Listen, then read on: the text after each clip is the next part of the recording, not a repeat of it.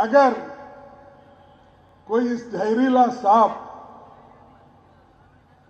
आपके सामने से गुजर रहा है और आप नमाज भी पढ़ रहे हैं, नमाज तोड़ के उस जहरीली सांप को मारना, ये कुरान में कहा है। ये जहरीला सांप है आरएसएस और बीजेपी। इसको अगर आप नहीं मारेंगे, आप कभी बचेंगे नहीं। इस बात से खड़गे साहब ने यह प्रमाण करने का कोशिश किया है कि कांग्रेस पार्टी आज का दिन में केवल मुस्लिम तुष्टीकरण की राजनीति करती है, मुसलमान को सेटिस्फाई करने के लिए राजनीति करती है और वो जितना सके कस कस के सनातनी व्यवस्था को, हिंदू समाज को अपमानित और अवहेलित करने का कोशिश करती है। ये बात स्पष्ट हुआ है। तो हम इलेक्शन कमीशन में भी जाएंगे और इलेक्शन कमीशन को भी आग्रह करेंगे कि वो भी कांग्रेस अध्यक्ष के खिलाफ कुछ न कुछ कार्रवाई करे। मैं सुना कि आप यहाँ पर बहुत से मुसलमान और हिंदू भाई भी बैठे हैं। अगर कोई इस जहरीला सांप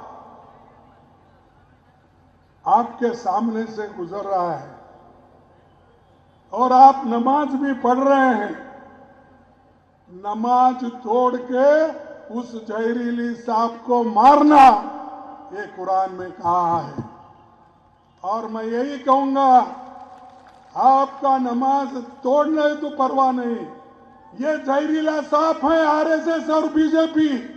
इसको अगर आप नहीं मारेंगे, आप कभी बचेंगे नहीं। मल्लिकार्जुन खड़गे साहब ने आज असम के श्रीभूमि जिला में एक इलेक्शन रैली किया और उस इलेक्शन रैली में उन्होंने भारतीय जनता पार्टी और राष्ट्रीय स्वयंसेवक संघ को जहरीले सांप के साथ तुलना की है और कहा है कोई नमाज कर रहा है या कुरान पढ़ रहा है, उस समय में भी यदि जहरीले सांप देखा जाता है तो उसको नमाज को या कुरान को वहीं छोड़ के आके उसको मारना चाहिए।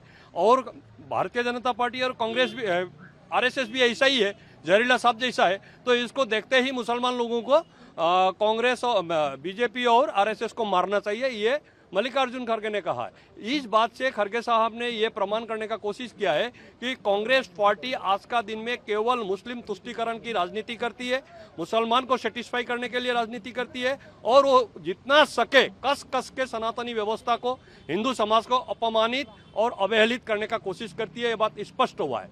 हमने आज एक एफआईआर के जरिए प्रशासन का दृष्टि आकर्षण करने का कोशिश किया है कि प्रशासन जल्द से जल्द इस प्रकार के हेट स्पीच को रोके और इस प्रकार के स्पीच देने वाले, वक्तव्य रखने वाले लोगों के खिलाफ व्यवस्था ले। और इसके बाद हम इलेक्शन कमीशन में भी जाएंगे और इलेक्शन कमीशन को भी आग्रह करेंगे कि वो भी कांग्रेस अध्यक्ष के खिलाफ कुछ न कुछ कार्रवाई करे।